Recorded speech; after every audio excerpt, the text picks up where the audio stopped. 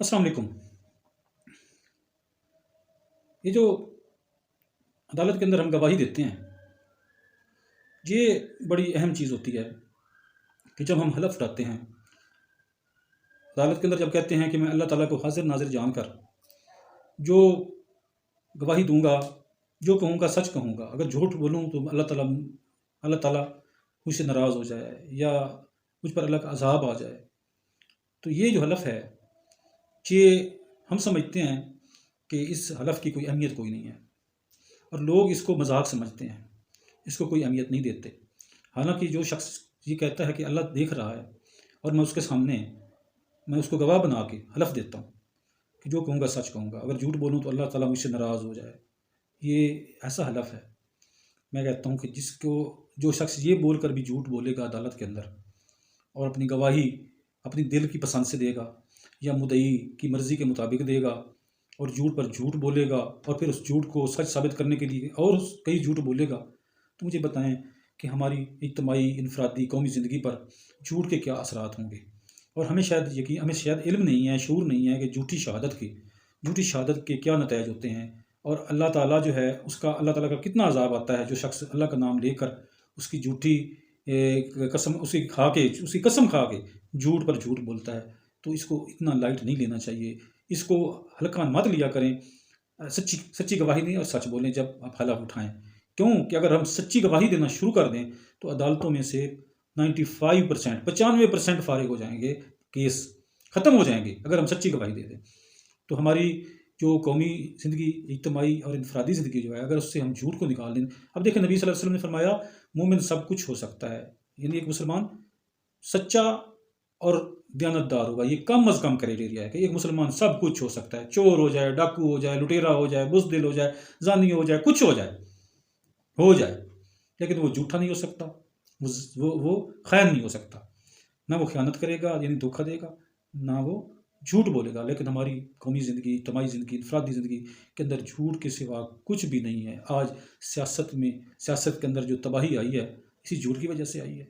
अब देखिए, पूरा जो निज़ाम है हमारा सियासत को लोग कहते हैं ये तो है झूठ, हालांकि सियासत तो खिदमत थी, सियासत तो अवाम की जो है उसकी फलाह व बहबूद के लिए काम करना था, जो काम हज़रत अबू बकर सदीक़ ने किया कि उन्होंने अपना कारोबार ही छोड़ दिया कि जब तक मैं इस मनसब पर, ज़िम्मेदारी के मनसब पर हूँ, मैं उस वक्त तक तिजारत नहीं करूँगा।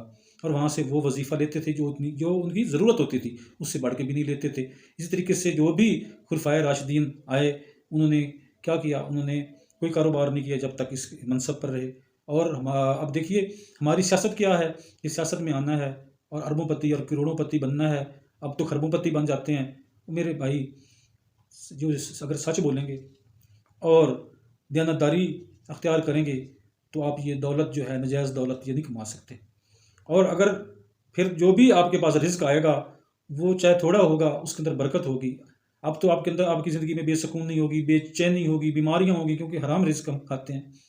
तो अगर हम अपनी ज़िंदगी में सच को लेके आ जाएं और झूठ को निकाल दें, दयानतदारी को लेकर आ जाएं और ख़यानत और धोखा को निकाल दें, तो यकीन जानिए सारा निज़ाम ही बदल जाए।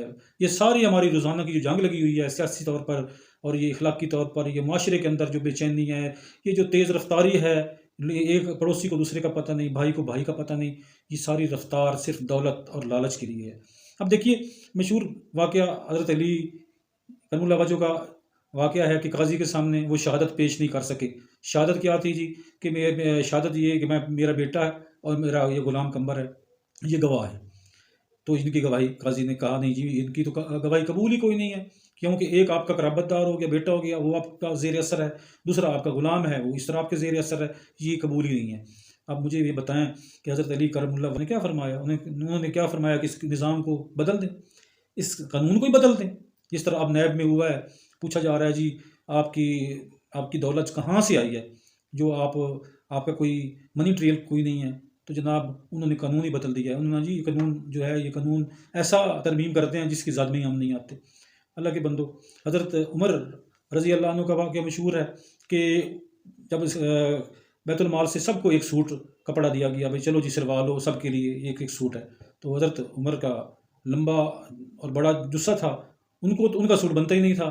तो انہوں نے پہنا ہوا تھا، خطبہ دے رہے تھے، تو ایک شخص نے کہا اے عمر، ہم تمہاری بات سنیں گے ہی نہیں جب تک آپ ہمیں یہ نہیں بتا دیتے کہ یہ آپ کا سوٹ کیسے بن گیا، آپ میرا مشکل سے بنا ہے، تم اتنے قد کاٹ کے ہو، کہاں سے آیا؟ تو جناب انہوں نے کہا میرا بیٹا جواب دے گا۔ اب بیٹے نے کہا جی میں نے اپنا جو سوٹ تھا وہ اپنے والد کو ہبہ کیا، یہ 2 سوٹ مل کے میرے والد کا بنا۔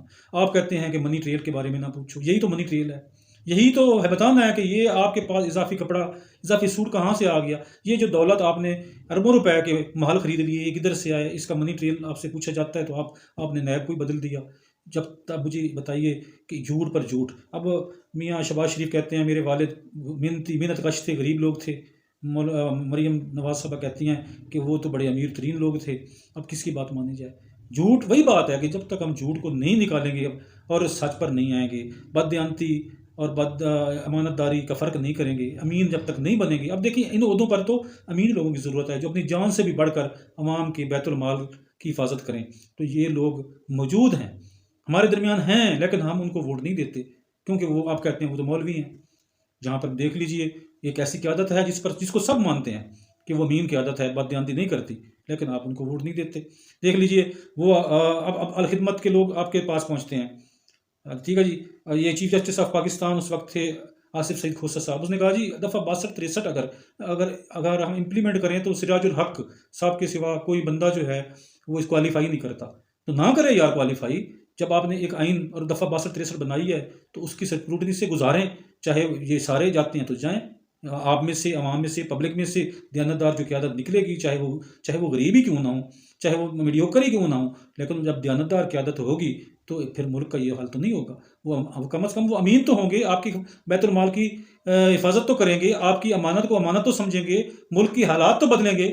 لیکن مسئلہ یہ ہے کہ ہم عوام جو ہیں، ہم بھی ایسے لوگوں سے متاثر ہوتے ہیں جو لوگ دولت مند ہیں ان سے متاثر ہوتے ہیں اور ان کو ووٹ دیتے ہیں، حالانکہ یہ کوئی کرائیٹیریا نہیں ہے۔ میں اپنے لوگوں سے یہی کہنا چاہتا ہوں کہ آپ دولت مند لوگوں کی چکا چوند اور ان کی روشن بظاہر نظر آنے والے روشن چہروں کی طرف نہ دیکھیں، آپ دیکھیں کہ وہ آپ سے جو وعدے کرتے ہیں وہ جھوٹے وعدے ہوتے ہیں، جو آپ کی امانتیں آپ ان کے سپرد کرتے ہیں اس میں وہ خیانت کرتے ہیں۔ آپ ایسے لوگوں کو آگے لے کے آئیں جو صادق اور امین ہوں، تبھی اس قوم کی قسمت بدلے گی۔ اللہ ہمارا حامی ناصر۔